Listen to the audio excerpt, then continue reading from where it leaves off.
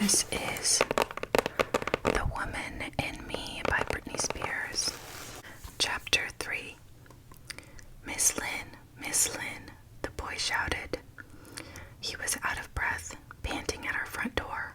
You have to come now. One day when I was 4, I was in the living room of our house, sitting on the couch with my mom on one side and my friend Cindy on the other. Kentwood was like a town in a soap opera. There was always drama. Cindy was chattering away to my mom about the latest scandal while I was listening in, trying to follow along. When the door burst open, the boy's facial expression was enough for me to know something terrifying had happened. My heart dropped. My mother and I started running. The road had just been repaved, and I was barefoot, running on the hot black tar. Ow, ow, ow, I yelped with every step. I looked down at my feet and saw the tar sticking to them.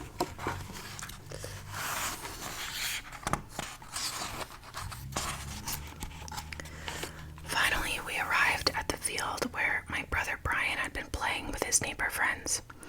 They had been trying to mow down some tall grass with their four-wheelers. This seemed like a fantastic idea to them because they were idiots. Inevitably, they couldn't see one thing through the tall grass and had a head-on collision. I must have seen everything. I heard Brian hollering in pain, my mother screaming in fear, but I don't remember any of it. I think God made me black out so I wouldn't remember the pain and panic or the sight of my brother's crushed body. A helicopter airlifted him to the hospital. When I visited Brian days later, he was in a full body cast. From what I could see, he'd broken nearly every bone in his body, and the detail that drove it all home for me as a kid was that he had to pee through a hole in the cast. The other thing I couldn't help but notice was that the whole room was full of toys. My parents were so grateful he'd survived, and they felt so bad for him that during his recovery, every day was Christmas. My mom catered to my brother because of guilt. She still defers to him to this day. It's funny how one split second can change a family's dynamic forever. The accident made me much closer to my brother. Our bond was formed out of my sincere, genuine recognition of his pain. Once he came home from the hospital, I wouldn't leave his side. I slept beside him every night. He couldn't sleep in his own bed because he still had the full body cast. So he had a special bed, and they had it set up like a little mattress for me at the foot of it. Sometimes I'd climb into bed and just hold him. Once the cast came off, I continued to share a bed with him for years. Even as a little girl, I knew that between the accident and how hard our dad was on him, my brother had a difficult life. I wanted to bring him comfort. Finally, after years of this, my mom told me, Brittany, now you're almost in the 6th grade. You need to start sleeping by yourself. I said no. I was such a baby. I did not want to sleep by myself. But she insisted, and finally I had to give in. Once I started to stay in my own room, I came to enjoy having my own space, but I remained extremely close to my brother. He loved me, and I loved him so much. For him, I felt the most endearing, protective love. I didn't want him ever to be hurt. I'd seen him suffer too much already. As my brother got better, we became heavily involved with the community. Since it was a small town of just a couple thousand people, everyone came out to support the 3 main parades a year: Mardi Gras, 4th of July, Christmas. The whole town looked forward to them. The streets would be lined with people smiling, waving, leaving behind the trauma of their lives for a day to have fun, watching their neighbors slowly wander by on Highway 38. Excuse me. So, one year, a bunch of us kids decided to decorate a golf cart, and put it in the Mardi Gras parade. There were probably 8 kids in that golf cart. Way too many, obviously. There were 3 on the bench seat, a couple standing on the sides holding onto the little roof, and 1 or 2 swinging from the back. It was so heavy that the tires of the cart were almost flat. We all wore 19th century costumes. I can't even remember why. I was sitting on the laps of the bigger kids up front, waving at everyone. The problem was with that many kids in a golf cart and its flat tires, the thing got hard to control. And with the laughing and the waving and the excited energy, well, we only hit the car ahead of us just a few times. But that was enough for us to get expelled from the parade. Chapter 4. When my father started drinking heavily again, his business started to fail. The stress of having no money was compounded by the chaos of my father's extreme mood swings. I was particularly scared. I was scared to get in the car with my dad because he would talk to himself while he was driving. I couldn't understand the words he was saying, and it seemed like he was in his own world. I knew then that my father had reasons for wanting to lose himself drinking. He was stressed out by work. Now I see it even more clearly that he was self-medicating after enduring the abuse at the hands of his father. At the time, though, I had no idea why he was so hard on us, why nothing we did seemed to be quite good enough for him. The saddest part to me was that what I always wanted was a dad who would love me as I was.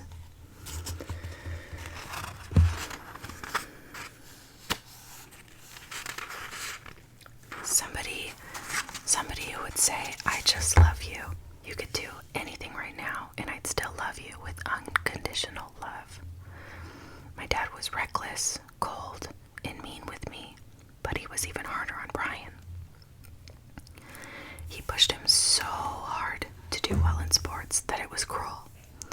Brian's life in those years was much rougher than mine because our father put him through the same brutal regimen June had pushed on him. Brian was forced to do basketball and also football, even though he wasn't built for it. My dad could also be abusive with my mom, but he was more the type of drinker who would go away for days at a time. To be honest, it was a kindness to us when he went away. I preferred it when he wasn't there. What made his time at home especially bad was that my mom would argue with him all night long. He was so drunk, he couldn't talk. I don't know if he could even hear her, but we could. Brian and I had to suffer the consequences of her rage, which meant not being able to sleep through the night. Her screaming voice would echo through the house. I'd storm out into the living room in my nightgown and beg her, "Just feed him and go put him to bed. He's sick." She was arguing with this person who wasn't even conscious, but she wouldn't listen. I would go back to bed, furious, staring daggers at the ceiling, listening to her yell, cursing her in my heart. Isn't that awful? He was the one who was drunk. He was the one whose alcoholism had made us so poor. He was the one passed out in the chair. But she was the one who ended up pissing me off the most, because at least in these moments, he was quiet. I was so desperate to sleep, and she wouldn't shut up. In spite of all the nightly drama, by day my mom made our home a place where my friends wanted to come to. At least when my father respected us enough to go drink somewhere else. All the kids from the neighborhood came over. Our house was, for a lack of a better word, the cool house. We had a high bar with 12 chairs around it. My typical young Southern mom, often gossiping, always smoking cigarettes with her friends at the bar. She smoked Virginia Slims, the same cigarettes I smoke now, or talking with them on the phone. I was dead to all of them. The older kids would sit on the bar chairs in front of the TV and play video games. So, I always had to fight to get the older kids' attention. Our house was a zoo.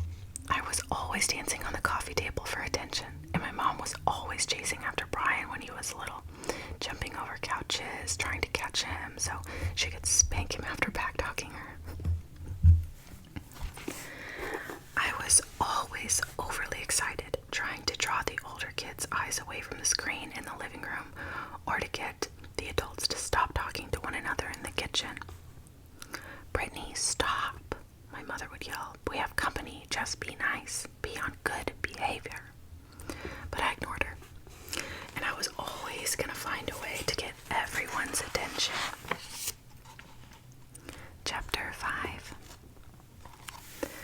I was quiet and small, but when I came alive, it was when I was singing, and I had taken enough gymnastics classes to be able to move well. When I was 5, I entered a local dance competition. My talent was dance routine done wearing a top hat and a twirling cane.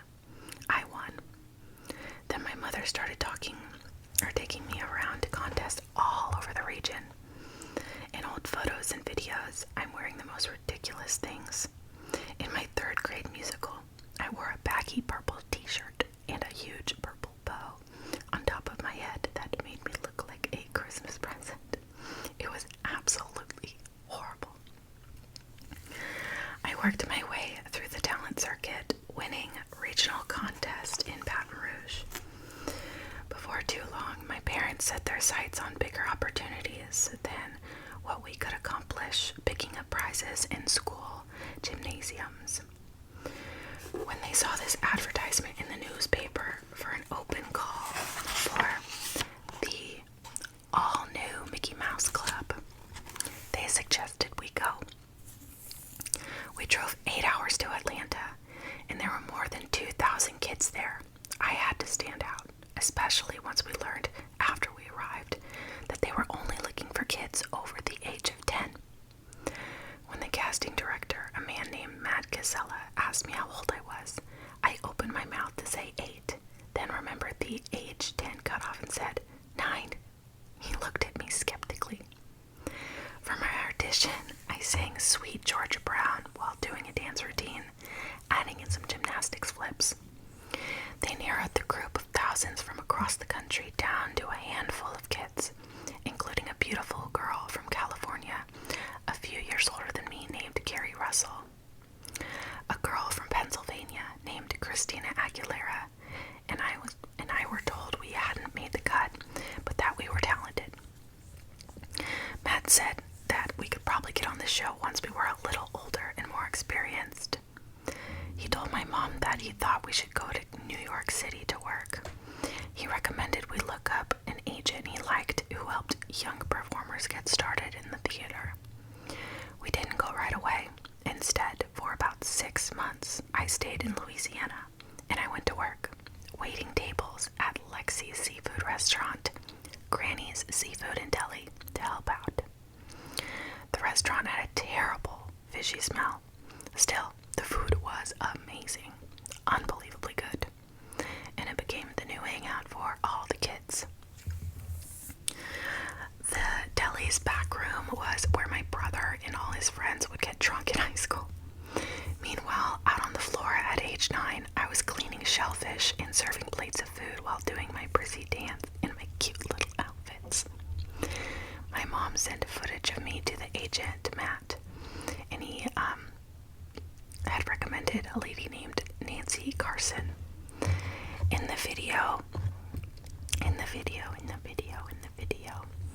I was singing Shine On Harvest Moon. It worked. She asked us to come to New York and meet with her. After I sang for Nancy in her office 20 stories up in a building in Midtown Manhattan, we got a call. And and this was a callback on the Amtrak headed home. I had been officially signed by a talent agency. Not long after we got back to Louisiana, my little sister Jamie Lynn was born. Laura Lynn and I spent hours playing with her in the playhouse like she was another one of our dolls. A few days after she came home with the baby, I was getting ready for a dance competition when my mother started acting strangely. She was hand sewing a rip in my costume, but while working the needle and the thread, she just up and threw the costume away. She didn't seem to really know what she was doing. The costume was a piece of shit, frankly, but I needed it to compete. "Mama, why did you throw the costume away?" I said. Then all of a sudden there was blood everywhere. Something hadn't been sewn up properly after she gave birth. She was gushing blood. I screamed for my father. "What's wrong with her?" I yelled. "What's wrong with her?" Daddy rushed in and drove her to the hospital. The whole way I kept screaming, "Something cannot be wrong with my mom." I was 9. To see a river of blood flowing out of your mother would be traumatic for anyone, but for a child at that age, it was terrifying. I had never seen that much blood before. Once we got to the doctor, they fixed her in what felt like 2 seconds. No one even seemed that concerned. Apparently, postpartum hemorrhage isn't that uncommon, but it lodged in my memory. Honestly, I didn't even know that was a thing. Maybe because I've only had C-sections. Anyway, at gymnastics class, I'd always check to make sure my mom was on the other side of the window, waiting for me to be done. It was a reflex, something I had to do to feel safe. But one day, I did my usual check-in out the window, and she wasn't there. I panicked. She'd left. She was gone. Maybe forever. I started crying. I fell to my knees. Seeing me, you'd have thought that someone just died. My teacher rushed over to comfort me. "Honey, she's gonna come back," she said. "It's okay. She probably just went to Walmart." It turned out that my mom had done exactly that. She had gone to Walmart. But it was not okay. I couldn't take her leaving. Seeing how upset I was when she got back, she never left that window during class again. And for the next few years, she never left my side. I was a little girl with big dreams. I wanted to be a star like Madonna, Dolly Parton, or Whitney Houston. I had simpler dreams too. Dreams that seemed even harder to achieve and that felt too ambitious to say out loud. I want my dad to stop drinking. I want my mom to stop yelling. I want everyone to be okay. With my family, anything could go wrong at that time. I had no power there. Only while performing I was truly invincible. Standing in a Manhattan conference room in front of a woman who could make my dreams come true, at least one thing was completely in my control. Chapter 6. When I was 10, I was invited to be a contestant on Star Search. On the first show, I did a spunky version of a song I'd heard sung by Judy Garland, "I Don't Care." I got 3.75 stars. My rival, a girl who sang opera, got 3.5. I advanced to the next round. The next episode taped that day, and I was up against a bolo tie wearing boy with a lot of hairspray in his hair named Marty Thomas, age 12. We were friendly. We even played basketball together before the show.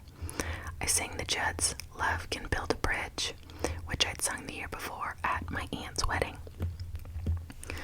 While we were waiting for our scores, Marty and I were interviewed on stage by the host, Ed McMahon.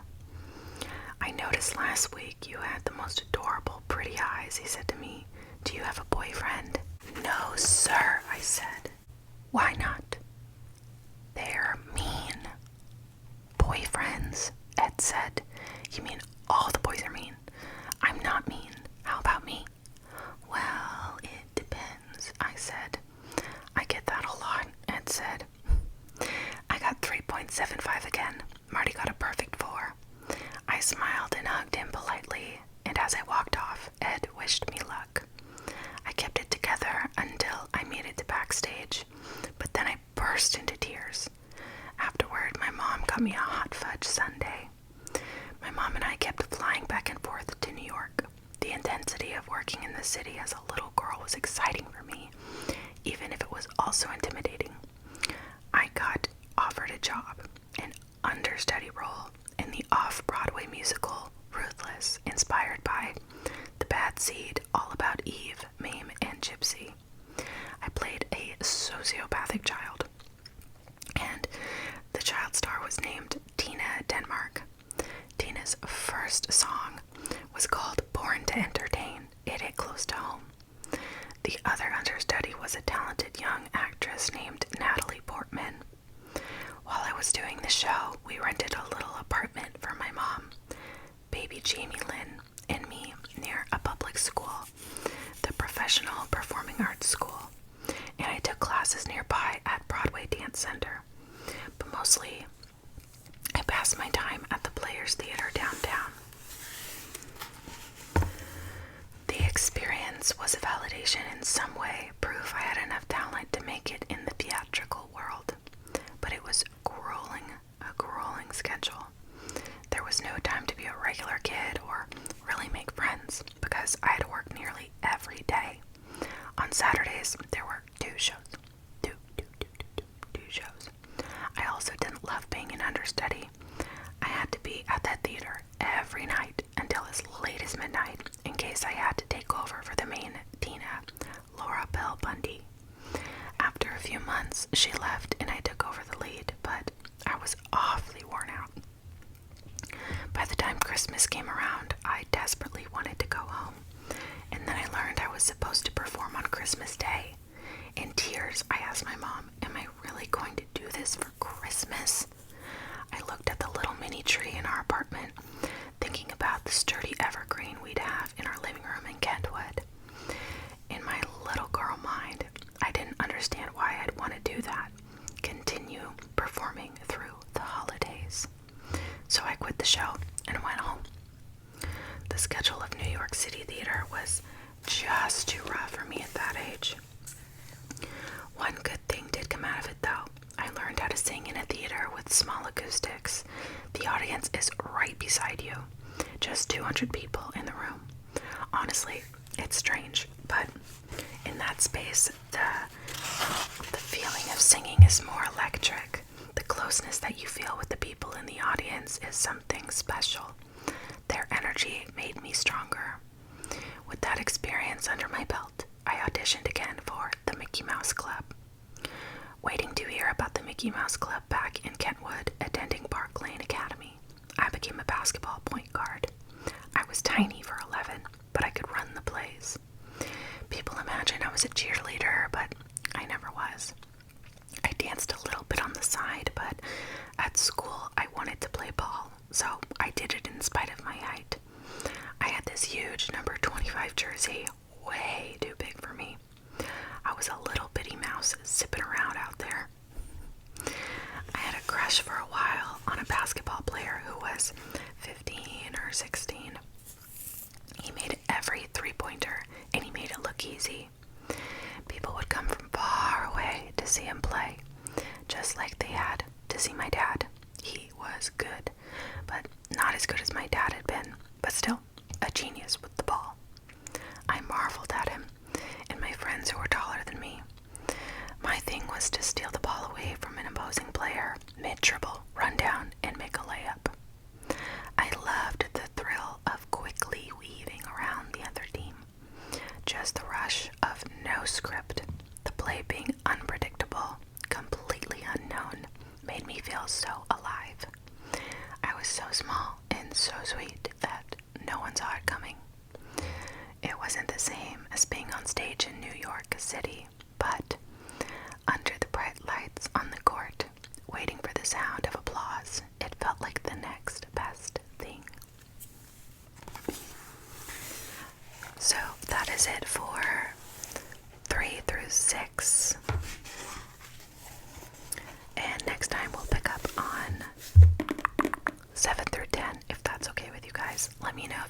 this, like, subscribe, comment, all the things. Okay, love you.